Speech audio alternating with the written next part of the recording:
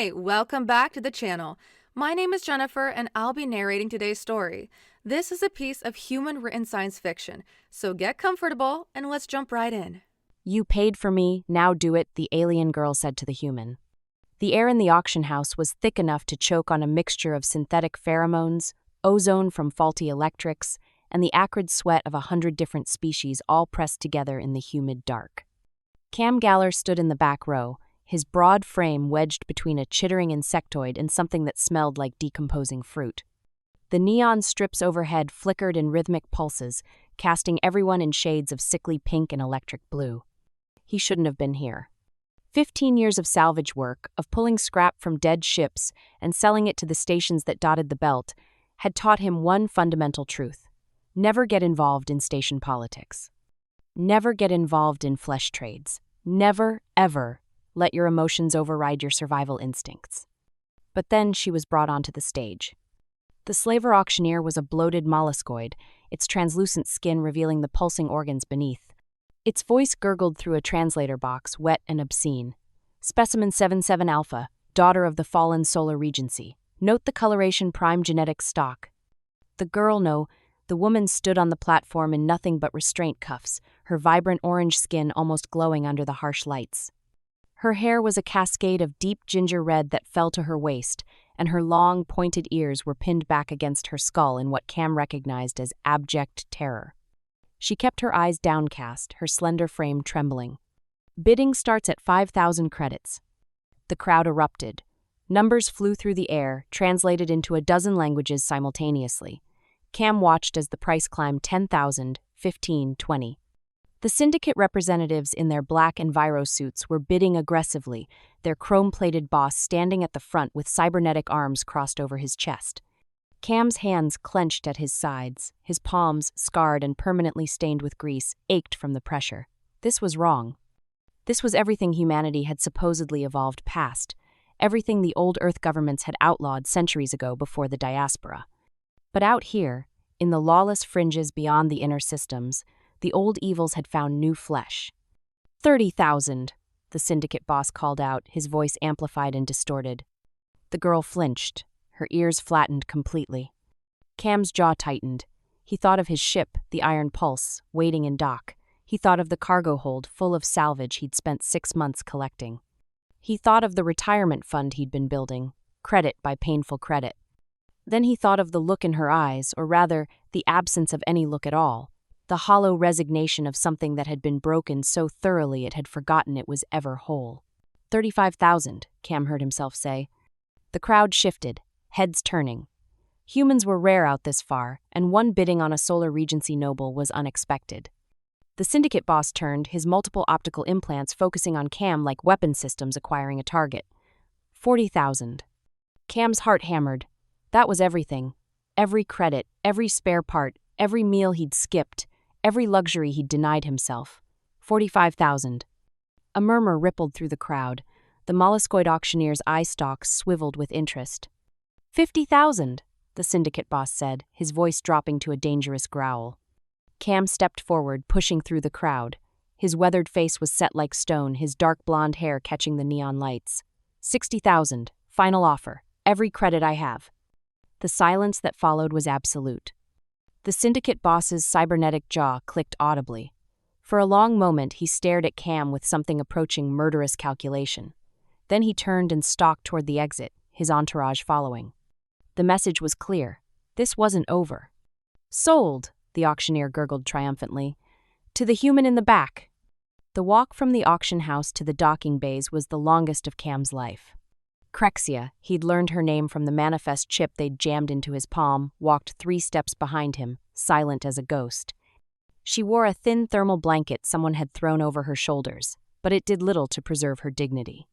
Krev 6's industrial underbelly was a maze of corroded walkways and steam vents, the infrastructure held together by the same jury-rigged philosophy that governed most of the outer stations. Cam navigated it on autopilot, his mind racing. What the hell had he just done? He'd bankrupted himself for a stranger, for a symbol, for a chance to prove that humanity still meant something other than clever scavengers. They passed through a security checkpoint where a twitchy insectoid docking master scanned the manifest chip with its compound eyes gleaming with avarice. Bay 17, human. And watch yourself. The Syndicate doesn't forget. Neither do I, Cam muttered. Bay 17 was cramped and poorly lit, but the Iron Pulse sat there like a faithful hound waiting for its master. She was ugly by any aesthetic standard, a patchwork of salvaged hull plates, mismatched thrusters, and exposed conduit runs that would make any shipwright weep. But she was functional, and in the belt, functionality trumped beauty every time. Cam palmed the airlock and gestured for Krexia to enter. She hesitated at the threshold, her ears twitching uncertainly. "It's safe," he said quietly. "I know it doesn't look like much, but she flies true." Krexia stepped inside, her bare feet silent on the deck plating. The airlock cycled with a hiss, and Cam led her through the cramped corridors to the main cabin. The interior was a chaos of functionality, tool racks bolted to every available surface, magnetic strips holding spare parts in place, a jury-rigged coolant system snaking along the ceiling like mechanical intestines.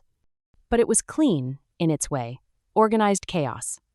"This is the galley," Cam said, pointing to a compact food processor. "Bathrooms there. Crew quarters, well, there's only one bunk, but I can rig a hammock in the cargo bay for myself." Krexia said nothing. She stood in the center of the cabin, the thermal blanket clutched around her shoulders, her large eyes taking in everything with the wariness of a trapped animal. Cam moved to the pilot's station and began the pre-flight sequence. His hands moved across the controls with practiced efficiency, flipping switches and monitoring readouts. "We'll be out of here in 5 minutes. The Syndicate will need time to organize, but I don't want to give them any more than necessary." The docking clamps released with a metallic clang. The Iron Pulse shuddered as her thrusters engaged, lifting free of the bay. Through the viewport, Krev 6's sprawling structure fell away, replaced by the infinite black of space. Only when they'd cleared the station's weapon range did Cam allow himself to breathe. He set the autopilot for a random heading anywhere that wasn't here and turned in his seat. Krexia was still standing in the exact same spot. "You should sit," he said gently. "The initial burn can be rough if you're not used to it." She didn't move. Her ears remained flat against her skull. Cam sighed and rose, moving slowly so as not to startle her. He pulled a spare jumpsuit from a storage locker, one of his old ones, far too large for her frame, and held it out. "Here, you should have something more substantial." Krexia's eyes flicked from the jumpsuit to his face and back again. When she spoke for the first time, her voice was soft and melodic, with an accent that turned human words into something almost musical. "What do you require of me?" The question hit Cam like a physical blow. "Nothing. I don't require anything." "You purchased me. I bought your freedom." Her ears twitched forward slightly, confusion breaking through the fear. "I don't understand." "You will," Cam said. He laid the jumpsuit on the co-pilot's chair. "Get dressed. I'll show you how the ship works. If we're going to be traveling together, you should know the basics." He turned away, giving her privacy, and busied himself with checking the sensor readouts. Behind him, he heard the rustle of fabric, the soft whisper of the blanket falling away. The weight of what he'd done was beginning to settle on him. He'd saved her from the Syndicate, yes, but saved her for what? He had no plan, no destination beyond away. He was a salvage operator, not a freedom fighter. Not a hero. Just a man who couldn't stand to watch another living being treated like cargo. The Iron Pulse hummed through the void on minimal power, her signature dampened to avoid detection. Cam had plotted a course through an asteroid field dangerous for most ships, but he knew these rocks like he knew the scars on his hands. Every tumbling piece of debris was a landmark, a hiding place. He'd given Krexia the captain's quarters, his quarters over her protests. The room was small, dominated by a bunk that folded out from the wall and a compact hygiene unit. Personal effects were minimal. A few data chips with music from old Earth, a worn photograph of a family he barely remembered, and a toolkit that had belonged to his father. For 3 hours, he'd worked in the cockpit, monitoring sensors and calculating their next move. The Syndicate would be looking for them, that much was certain. The question was how badly they wanted her back. Slaves were valuable, but the fury in that cybernetic boss's eyes had suggested something more personal. The cabin door hissed open behind him. Cam turned, expecting to find Krexia with a question about the ship's systems. Instead, she stood framed in the doorway, wearing nothing but the jumpsuit unzipped to her navel. Her orange skin seemed to glow in the dim cabin light, and her ginger-red hair fell across her shoulders in waves. Her ears, which had been pinned back in terror for hours, now stood at a neutral position. "Krexia?" Cam's voice was rough. "Is everything?" "You paid for me," she said, her melodic voice steady despite the slight tremor in her hands. She stepped into the cockpit, moving with a grace that spoke of royal breeding. 60,000 credits, every credit you had." "Yes, but—" "Then do it." She stopped an arm's length away from his chair, her large eyes meeting his directly for the first time. There was no desire in them, no invitation. Only resignation and a terrible, practiced readiness. "You paid for me, now do it." The words hung in the air like poison. Cam stood slowly, his broad frame unfolding from the pilot's chair. He was careful to keep his movements non-threatening, his hands visible. "No." Krexia's ears twitched. "No? No." He took a deliberate step back, putting more distance between them. "That's not." He ran a hand through his dark blonde hair, searching for the right words. "That's not why I bought you." "Then why?" The question was sharp, almost accusatory. "Why spend everything you have? Why make an enemy of the Syndicate? Why bring me onto your ship?" "Because it was the right thing to do."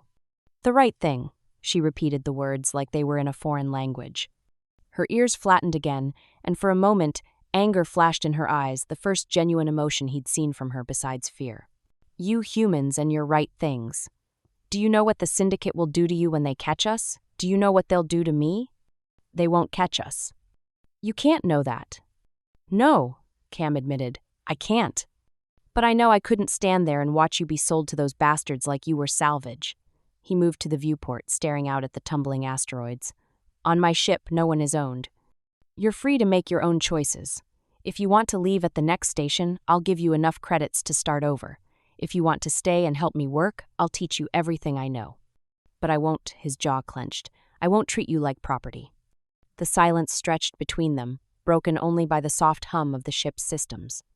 When Krexia spoke again, her voice was smaller, uncertain. "I don't understand you." "Join the club," Cam said with a bitter laugh. "I don't understand myself half the time." She moved to stand beside him at the viewport, close enough that he could feel the warmth radiating from her skin. "In the Solar-Regency, we have a word, treshkal. It means the burden of existing. For as long as I can remember, I have been treshkal, first as a princess who must smile and marry for alliance, then as a prisoner when the coup came. Then as what they made me." Her fingers touched the glass, leaving faint prints. "And now?" "Now you're a passenger on a salvage ship," Cam said. "Now you're whoever you choose to be." Krexia turned to look at him, her expression unreadable. Then, slowly, she reached down and zipped the jumpsuit up to her collar. "I have never been allowed to choose. You can learn. And if I choose to stay—" Cam met her gaze steadily. "Then you stay. As crew, as a partner, as a friend, whatever you want. Not as a possession? Never as a possession." For the first time since he'd seen her on that stage, something shifted in Krexia's expression. It wasn't quite a smile, she looked like she'd forgotten how, but it was a crack in the armor of resignation she'd worn like a second skin. "Then I choose to stay," she said quietly, "at least until I understand what free means." Cam had fallen into an uneasy sleep in the cargo bay hammock when the proximity alarm woke him. He rolled out of the netting with practiced efficiency, his bare feet hitting the cold deck plating. The chrono read 0400 ship time. He'd been asleep for maybe 3 hours. The cockpit was bathed in red emergency lighting. Krexia sat in the co-pilot's chair. She'd been there when he'd left her, staring out at the stars like she was trying to memorize them. Now she looked up as he entered, her ears pricked forward with concern. "The sensors," she said. "They started making noise." Cam slid into the pilot's seat and pulled up the long-range display. His blood went cold. 3 ships, cruiser class, bearing Syndicate identification codes. They were still outside weapons range, but they were on an intercept course. "How did they find us so fast?" he muttered, fingers flying across the controls. He'd dumped their transponder, run dark through the asteroid field. There was no way. Unless...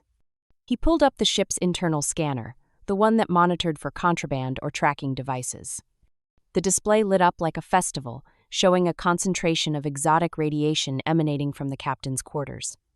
From Krexia. No, he breathed. Krexia was already moving, looking over his shoulder at the display. What is it? You're tagged. Some kind of biological signature. Cam's mind raced. It's not a chip or a device, it's in you. In your blood or your cells. He turned to face her. They can track you anywhere. To his surprise, Krexia didn't look shocked. She looked too resigned. Her ears flattened slightly as she sank back into the co-pilot's chair. I was afraid of this. You knew? I suspected. She drew her knees up to her chest, a defensive posture that made her look young and vulnerable despite her regal bearing. The Syndicate didn't just want me for pleasure or politics. They wanted me because of what I am. Cam waited, his scarred hands gripping the armrests of his chair. Krexia took a shaky breath. In the Solar-Regency, my bloodline is called the Hethmora, the Star Anchors. Our biology is unique. We can stabilize stellar anomalies, prevent supernovae, even restart dying stars under the right conditions. Her fingers traced patterns on her knees. During the coup, the usurpers sold me to the Syndicate, not as a slave but as a power source. There are dying stars in Syndicate space, and they need my blood, my living blood, to save them. Cam felt like he'd been hit in the chest with a plasma torch. That's why they're chasing us so hard. You're not just valuable, you're irreplaceable. Yes, Krexia's voice was barely a whisper. And if they catch us, they'll hook me up to their stellar engines. I'll spend the rest of my life centuries, if they keep me healthy, trapped in a machine bleeding into stars. The image made Cam's stomach turn. He looked at the sensor display, watching the 3 cruisers close the distance. They had maybe 20 minutes before the Syndicate was in weapons range. How do we disable the tracking? He asked. You can't. It's not technology, it's my biology. As long as I'm alive, I'll radiate the signature. Krexia's eyes met his, and in them he saw a terrible calculation forming. You should leave me. Take an escape pod, dump me in the asteroid field. They'll focus on me, and you can... Absolutely not. Cam's voice was hard as hull steel. You don't understand. I understand perfectly. He turned back to the controls, his mind already racing through possibilities. You're crew now. And I don't abandon my crew. His fingers brought up the engine diagnostics. The Iron Pulse was a salvage ship, not a warship. She couldn't outrun Syndicate cruisers in a straight line. But she didn't have to. A plan formed in his mind, dangerous, probably suicidal, but it was a plan. He started rerouting power from non-essential systems, diverting everything to the engines and shields. I need you to do exactly what I say when I say it. Can you do that? Krexia nodded slowly. Yes. Good. Cam's hands moved across the controls with fierce efficiency. Because we're about to show these bastards what human engineering can really do. The first plasma bolt screamed past the Iron Pulse's starboard side, close enough to make the shields flare. Cam jerked the controls hard to port, diving the ship beneath a tumbling asteroid the size of a small moon. They're hailing us, Krexia said from the co-pilot's seat, her hands gripping the armrests so tight her knuckles were pale against her orange skin. Ignore it. Cam's eyes were locked on the tactical display. The 3 Syndicate cruisers had spread into a pursuit formation, cutting off escape vectors. They were herding the Iron Pulse away from the asteroid field, into open space where their superior speed would be decisive. So Cam dove deeper into the rocks instead. The collision probability is... Krexia started. I know what it is. Cam's hands were steady on the controls, guiding the ship through gaps that would make any sane pilot weep. The Iron Pulse was small and maneuverable, but she was still a freighter at heart, not built for combat aerobatics. Another plasma bolt, this one close enough that the shields screamed in protest. Warning lights blazed across the cockpit console. Shields at 40%, Krexia read off, her voice surprisingly steady. Cam pulled the ship into a hard vertical roll, using a spinning asteroid as cover. His mind was calculating angles, velocities, intercepts. The Syndicate cruisers were faster, but they were also larger. Less maneuverable. He could use that. See that cluster ahead? He pointed at a dense collection of asteroids on the display. I need you to watch the aft sensors. When I say mark, you're going to trigger the cargo bay doors. The what? Why? Trust me. Cam pushed the engines to maximum burn, racing toward the cluster. Behind them, the 3 cruisers followed, closing the gap. They thought they had him, thought he was running blind. But Cam had spent 15 years in the belt. He knew these rocks, knew their spin, their drift patterns, knew exactly where the gaps were. The iron pulse shot into the cluster, and Cam immediately cut the engines and flipped the ship end over end. They were coasting now, momentum carrying them through, while Cam used the attitude thrusters to orient the ship backwards, facing their pursuers. "Mark!" he shouted. Krexia slammed the cargo bay release. The massive doors swung open, and suddenly the iron pulse became twice as wide. They shot through a gap between two asteroids that the cruisers, with their sleek hulls, would have easily navigated. But the cruisers had been traveling in formation. With the iron pulse suddenly wider, two of them had to break formation to avoid collision. One went high, one went low. And the third, the lead ship, hit an asteroid at full burn. The explosion lit up the cluster like a newborn star. Debris scattered in all directions. Cam didn't waste time celebrating. He sealed the cargo bay and fired the engines, using the explosion's confusion to change vectors. The remaining two cruisers were recovering, coming around for another pass. "Shield's at 20%, Krexia said, "and the engines are overheating." "I know." Cam could smell it, the acrid stench of stressed metal and superheated coolant. The iron pulse wasn't designed for this kind of abuse. He glanced at the engine readouts and made a decision. "I need to do a hot swap on the cooling coils. Can you hold the ship steady?" Krexia stared at him. "You want me to pilot?" "Just keep us in the asteroid field. Use the rocks for cover. I'll be 10 minutes, maybe 15. "Cam, You can do this." He was already unbuckling, moving toward the access hatch that led to the engine room. "The controls are simple. Yoke for attitude, throttle for speed. Keep us moving, keep us hidden. You've been watching me for hours. You're smarter than you think you are." Before she could protest, he dropped through the hatch.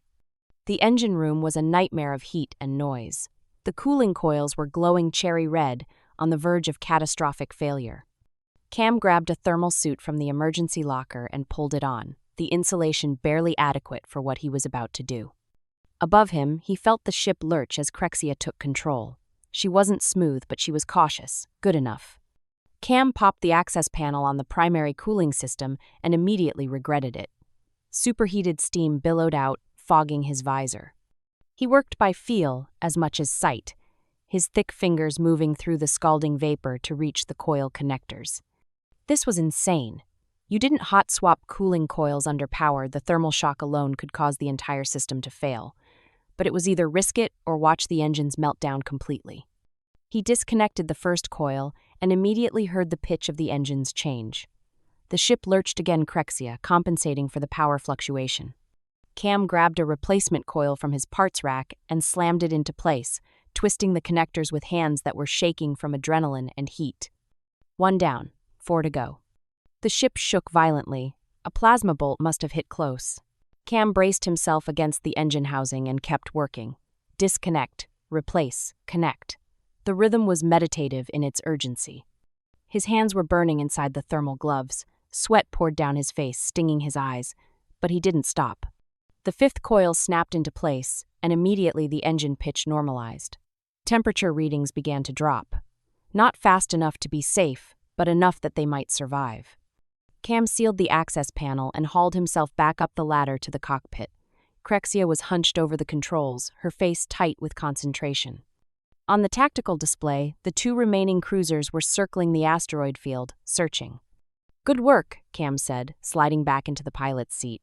His thermal suit was still radiating heat. "They're broadcasting on all frequencies," Krexia said. "Threats, bounties, promises. They want me back very badly." "They can't have you." Cam brought up the navigation computer. They needed a destination, somewhere the Syndicate couldn't follow.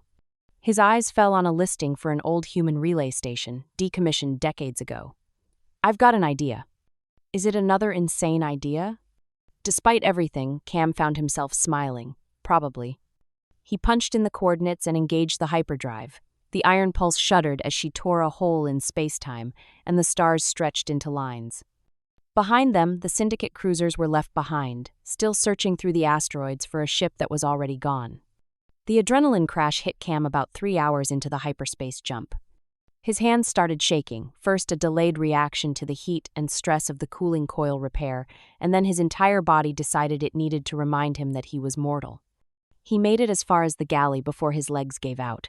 He caught himself on the counter, breathing hard, his vision swimming. Cam! Krexia was there immediately, her hands on his shoulders, steadying him. What's wrong? Nothing. Just, he tried to straighten and failed. Adrenaline crash. I'm fine. You are clearly not fine. She guided him to the small bench that folded out from the wall, forcing him to sit. Her touch was surprisingly gentle. You worked in the engine room without proper shielding. You're hurt. I had a thermal suit. Which clearly wasn't enough. She was already pulling off his gloves.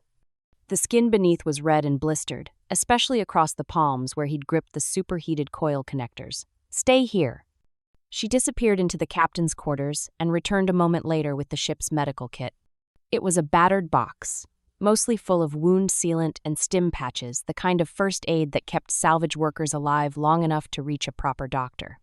Krexia knelt before him and gently took his right hand in both of hers. Her orange-skinned fingers were cool against his burning palms. This will sting, she warned, and applied a nanite gel to the worst of the burns. It stung like hell, Cam hissed through his teeth. You saved my life, Krexia said softly, her eyes focused on her work. Again, first at the auction, then in the asteroid field. I'm just stubborn, Cam muttered. No. She moved to his left hand, her touch careful and precise. You're something else. Something I haven't encountered before. Her ears twitched forward in what might have been curiosity. Why do humans do this? Risk yourselves for strangers? Cam watched her work, noticing the way her long fingers moved with unconscious grace. Not all humans, but I guess we have a saying. Leave it better than you found it. The galaxy's a mess, everyone taking what they can, stepping on whoever's in their way. Someone's got to push back. That's a lonely way to live. Yeah, he didn't deny it. It is. Krexia finished with his hands and sat back on her heels. But she didn't let go. She turned his right hand over, studying the scars and calluses, the grease stains that would never fully wash out. These hands built your ship, repaired it 1,000 times, held it together through force of will. It's what I do. I'm a salvage operator. I make broken things work. Is that what you think I am? Her eyes lifted to meet his.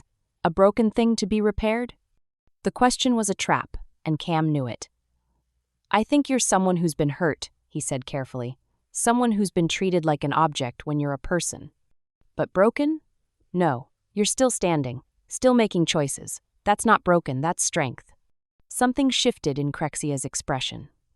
Her ears relaxed, and for the first time her posture softened. She was still kneeling before him, still holding his bandaged hands, but the desperate tension that had gripped her since the auction house had begun to ease. Tell me about salvage, she said suddenly. What do you look for in the wrecks? The question caught him off guard. What? You said you make broken things work. What's worth saving? Cam considered. Anything that still has a purpose. Old reactor cores that can be rebuilt. Hull plating that's still structurally sound. Data cores with navigation information. Even personal effects. Sometimes families will pay good money for a photo or a journal recovered from a lost ship.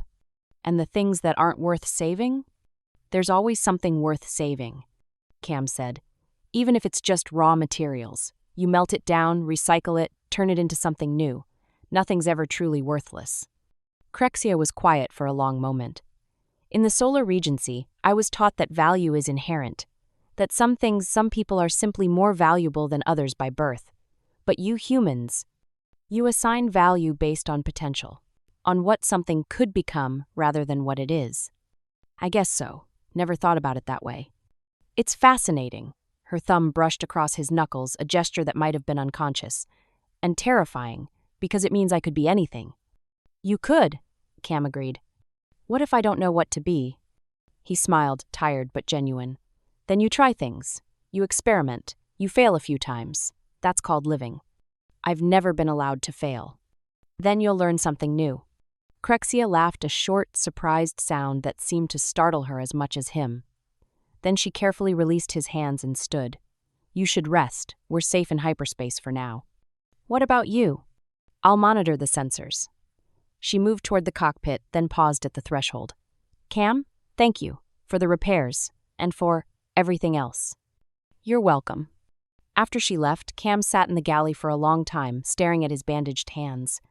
The nanites were already doing their work, knitting the damaged skin back together. By tomorrow, the burns would be mostly healed. But the memory of her cool fingers on his scarred palms would stay with him much longer. The relay station hung in the void like a corpse, its lights dead and its hull pockmarked with micrometeorite impacts. It had been designated Echo 7 when humanity was still trying to maintain a presence in this sector, but that was 40 years ago. Now it was just another piece of abandoned infrastructure, slowly decaying in the vacuum. Cam brought the iron pulse in carefully, using manual docking protocols since the station's automated systems were long dead. The docking clamps engaged with a metallic groan that resonated through the ship's hull. "Are you sure this is safe?" Krexia asked from the co-pilot's seat. She'd taken to spending her time there, learning the ship's systems with a quick intelligence that Cam found impressive. Safe? No. Safer than staying in the open? Yes. He started the shutdown sequence. "We need parts, and nobody's going to think to look for us in a derelict human station. The Syndicate doesn't operate out here."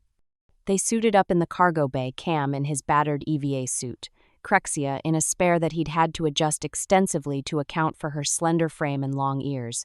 She looked uncomfortable but determined. The airlock cycled with a hiss, and they stepped onto the station proper.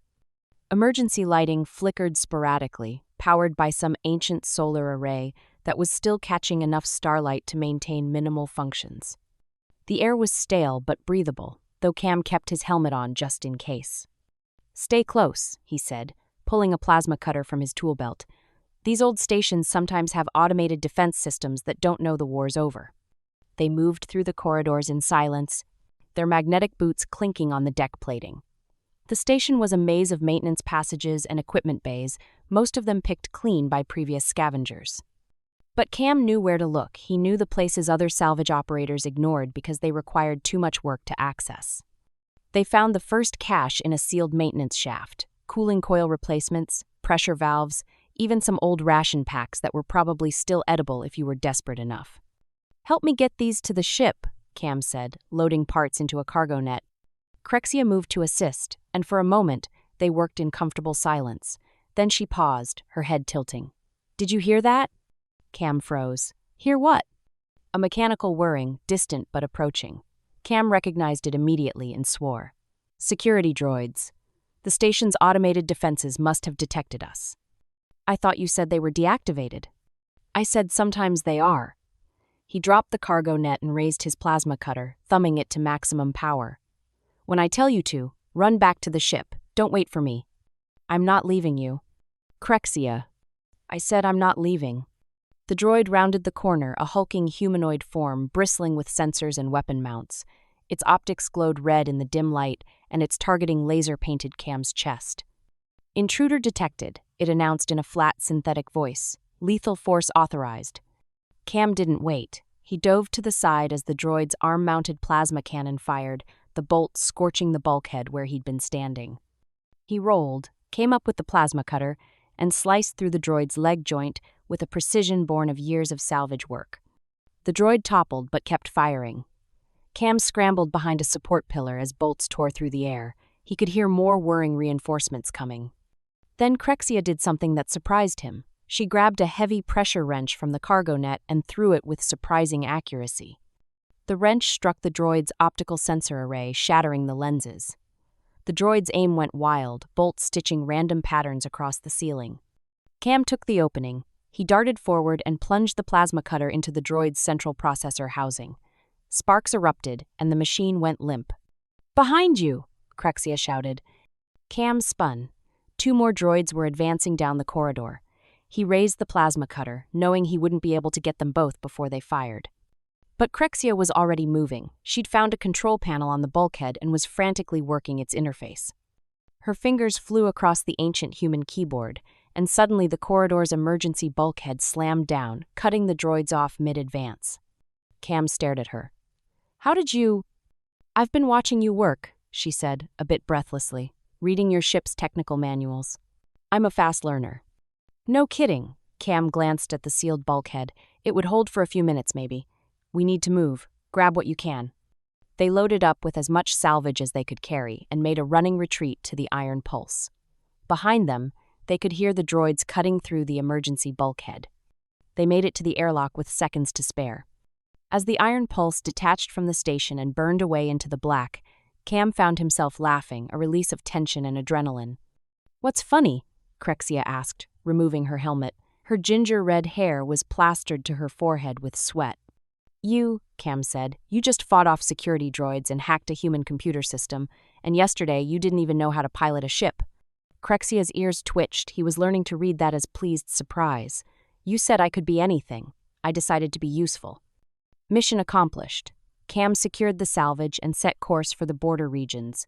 "You're officially the best crew I've ever had." "I'm the only crew you've ever had." Doesn't make it less true. For the first time since he'd met her, Krexia smiled, a real smile that lit up her face and made her eyes crinkle at the corners. And Cam realized with a jolt that somewhere between the auction house and this moment, his mission had changed. He wasn't just saving her anymore. He was falling for her. The border of the Solar-Regency was marked by a network of ancient defense satellites, most of them non-functional but a few still broadcasting automated warnings. Cam had the iron pulse on minimal power, coasting through the outer marker buoys while he worked on the final piece of his plan. Freedom Papers wasn't the technical term. The actual legal designation was a Certificate of Autonomous Status, but it amounted to the same thing. It was a document that officially recognized Krexia as a free individual rather than property, registered with the Intersystem Commerce Authority. Once filed, it would be nearly impossible for anyone to claim ownership of her, even the Syndicate. The problem was that filing the certificate required biometric data, legal verification, and a small fortune in processing fees that Cam no longer had, having spent everything at the auction. So he was forging it. "This is illegal," Krexia said, from where she sat cross-legged on the deck beside his chair, watching him work on the ship's computer. "Extremely illegal," Cam agreed, his fingers flying across the holographic interface. "Falsifying ICA documents carries a minimum 10-year sentence." "Then why?" "Because the legal route would take months and require you to appear in person at an ICA office, where someone would recognize you and call the Syndicate." He glanced down at her. "This way, you're free now. Clean identity, legitimate registration number. You'll be able to open accounts, book passage, live a normal life." Krexia was quiet for a moment. "And you? What happens to you?" "I'll figure something out, I always do." He finalized the document and initiated the transmission to the ICA database. The forgery would hold up to casual inspection, maybe even detailed auditing if he'd done his work right. "There. In about 3 hours, you'll officially be Krexia Hethmora, free citizen of the outer systems." Just like that. Just like that. She rose gracefully and moved to the viewport, staring out at the distant lights of the Regency border stations. "I've been thinking about what comes next. After we cross the border." Cam's chest tightened. He'd been avoiding thinking about it, but the reality was unavoidable. Once they reached Regency space, Krexia would have options. She could contact her people, try to reclaim her throne, build a new life, and she wouldn't need a washed-up salvage operator to do any of it. "You should go home," he said quietly. "To your people. They'll protect you." "Will they?" Krexia turned to face him. "The coup leaders are still in power. The Syndicate has allies within the Regency. Going home might just mean walking into another cage." "Then go somewhere else. The outer colonies, the free stations. You've got your freedom papers, you can go anywhere." "Anywhere," she repeated. She moved closer, her expression unreadable. "What about here? On this ship?" Cam's breath caught. "Krexia. You said I could choose, that I could be whatever I wanted." Her ears were fully forward now, focused on him with an intensity that made his pulse race. "What if I choose to stay? You don't owe me anything." "I know that." She was close enough now that he could smell the faint scent of her, something like cinnamon and starlight. "This isn't about debt. This is about..." She struggled for the words. "When I was on that stage, I had accepted that my life was over. That I would spend whatever time I had left as a thing, a resource, a commodity. But you saw me as a person when no one else did. And every day since, you've treated me like I matter. Like my choices matter." "They do," Cam said roughly. "You matter. Then let me choose you." Her hand came up to rest on his chest, over his heart. "Let me choose this ship, this life.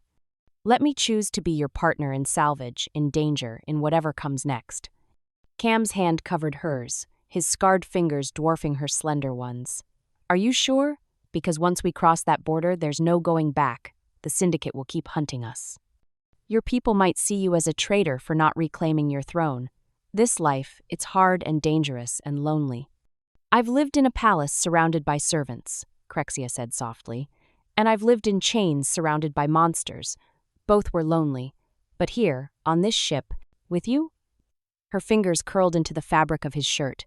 For the first time in my life, I don't feel alone. The words broke something in Cam. All the walls he'd built, all the careful distance he'd maintained, crumbled. He pulled her close, and she came willingly, her forehead resting against his chest. I'm not good at this, he admitted, caring about people. I've spent 15 years alone because it's easier, safer. I'm not good at it either, Krexia said.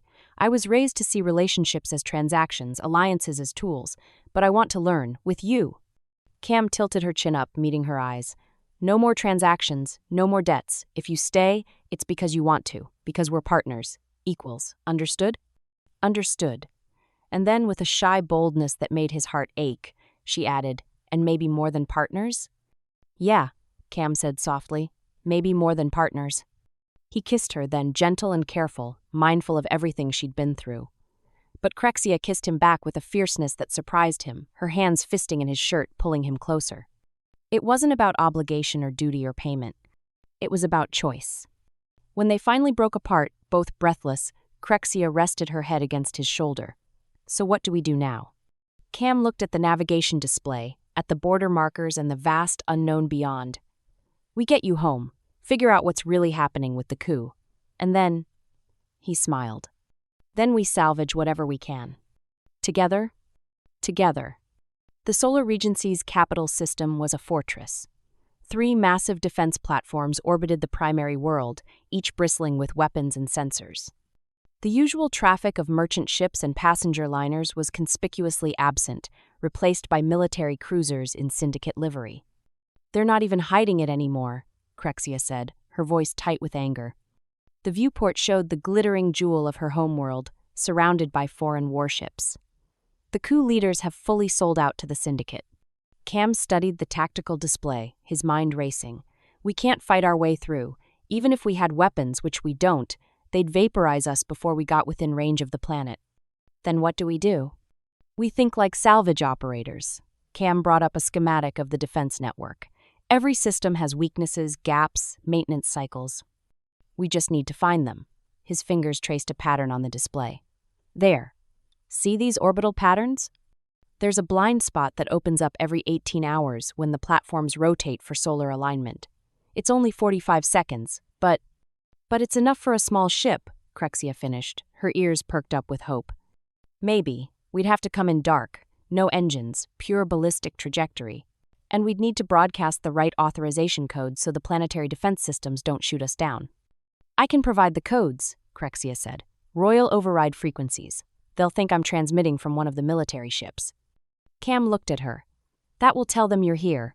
The Syndicate, the coup leaders, they'll all know. Good. Her expression was fierce, her hands clenched into fists.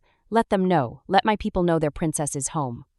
They spent the next 12 hours preparing. Cam stripped the Iron Pulse down to minimal systems, reducing her sensor signature to almost nothing. Krexia recorded a message to be broadcast on every frequency, a call to arms for the loyalist resistance, a condemnation of the coup leaders, and a promise that the true heir to the Solar-Regency had returned. When the blind spot opened in the defense network, Cam launched the ship on a ballistic trajectory, no engines, just momentum and gravity. They coasted through the gap with meters to spare, the defense platform's sensors sweeping past without detecting them. Then Krexia activated the broadcast. Her image appeared on every screen in the system, on the military ships, on the defense platforms, on the planetary communication networks. She stood tall and regal despite her borrowed jumpsuit, her orange skin glowing and her ginger-red hair flowing around her shoulders. People of the Solar-Regency, she began, her melodic voice clear and strong. I am Krexia Hethmora, daughter of the Star Anchor bloodline, rightful heir to the throne. For months, you have been told I was dead. This was a lie. I was sold into slavery by those who claimed to protect you, sold to the very Syndicate that now occupies our space. On the tactical display, Cam watched the Syndicate ships beginning to react, turning to converge on their position. But I have returned, Krexia continued, and I have seen what you cannot from the surface. I have seen the Syndicate ships that guard our world not as protectors, but as conquerors. I have seen your leaders bow to foreign masters. And I say enough." She leaned forward, her eyes blazing with conviction. "I call upon all loyal citizens, all military personnel who remember their oaths, all those who yearn for true freedom, rise up, fight. Reclaim your world." The message ended, but Cam had it set to repeat on an endless loop. Within minutes, the effects were visible. Ships in orbit began breaking formation. Defense platforms powered up weapons and turned them on the Syndicate vessels. On the planet below, cities lit up with riots and protests. "It's working," Krexia breathed. "Not yet." Cam fired the engines, bringing the Iron Pulse screaming toward the planet. "We still need to survive the next 10 minutes. A Syndicate cruiser locked onto them, its weapons charging. But before it could fire, one of the defense platforms opened up with a full broadside, tearing into the cruiser's hull. The platform's crew had sided with Krexia. More ships were joining the fight, now loyalist forces that had been waiting for this moment. The space around the capital world erupted into chaos, a three-way battle between Syndicate, coup forces, and loyalists.